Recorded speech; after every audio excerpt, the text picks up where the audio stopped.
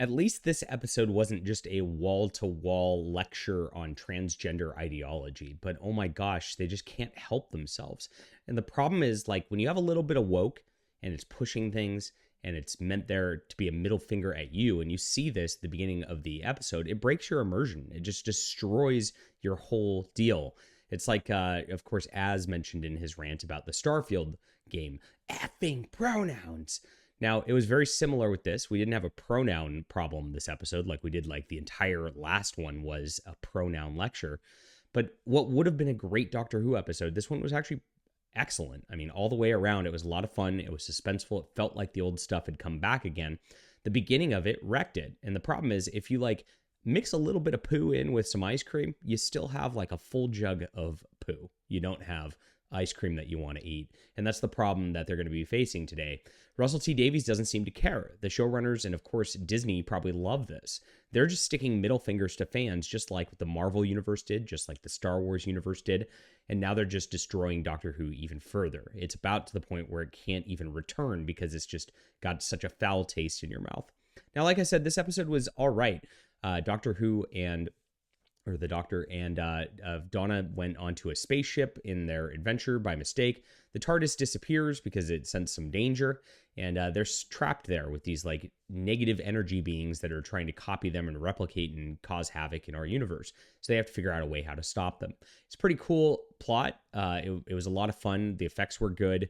I really enjoyed it. Like I said, it was very suspenseful the entire way, except for the beginning of it. Like the beginning of it started with just like absolute nonsense. And it starts right here. They have Isaac Newton, played by this Indian actor right here. And of course, Isaac being a historical figure, this is not him.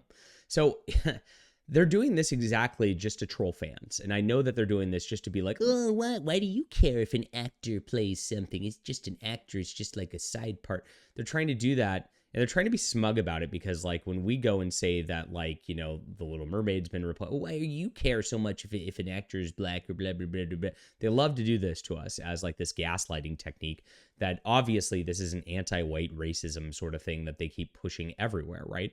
And so every show has to do this. Now they're to the point where they're removing historical figures who are white and changing them into, of course, different counterparts. It's ridiculous and it's crazy and it's racist. It really is at the end of the day. These people should be ashamed of themselves for what they're doing, but they won't be. They want the fans to be outraged. They actually insert stuff like this intentionally now in order to like try to get some rubbernecks out of it. It's absolutely a terrible strategy. Look, it works like a little bit. If you look at it, Captain Marvel, the movie, they made their whole advertising of men are going to hate this. And of course, they made a bunch of money off of it. But once you came down to the Marvels, once people had worn off of that, they don't go back and see it again. And that's the exact same thing that's going to happen with these Doctor Who specials as they keep doing this. This is a bastardization. But it didn't just stop there.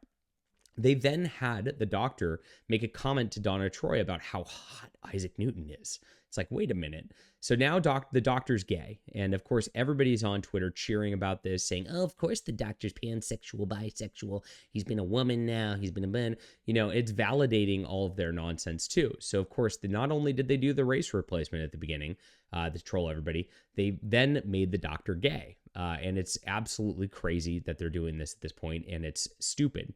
Historically, obviously, that's not true with the character of the Doctor either. Here we are. Here's Doctor Who and Rose. This is the real Rose, that is. Doctor Who then had a wife.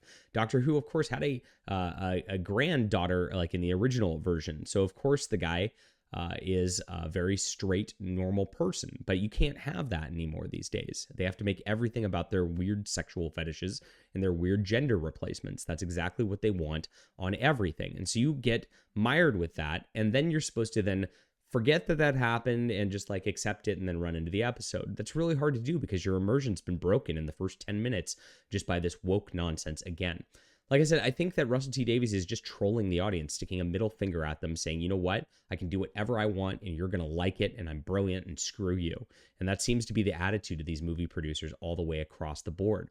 It's really sad that they're doing this to Doctor Who. And of course, as Disney now is moving into their era, they're going to have a gay black doctor replace everybody, right? And so this is now going to just get worse. The days of Doctor Who being what it was are over, and it's really, really sad to watch. All right, leave a comment down below with what you think about this. Hit that like and subscribe button. We'll be back soon.